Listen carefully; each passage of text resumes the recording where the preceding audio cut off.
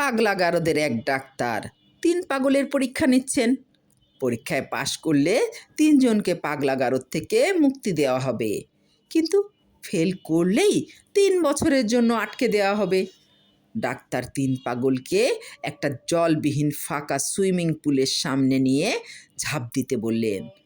প্রথম পাগল তৎক্ষণাৎ তাতে ঝাঁপ দিয়ে পা ভেঙে ফেলল। দ্বিতীয় পাগলটিও ডাক্তারের নির্দেশ মতো তাতে ঝাঁপ দিল এবং হাত ভেঙে ফেলল। তৃতীয় পাগলটি কোনো মতেই ঝাঁপ দিতে রাজি হলো না। ডাক্তার উচ্ছ্বসিত হয়ে বললেন, আরে আরে তুমি তো সুস্থ হয়ে গেছো, যাও তুমি মুক্ত। তবে একটা কথা বলো তো, তুমি পুলে ঝাঁপ দিলে না কেন?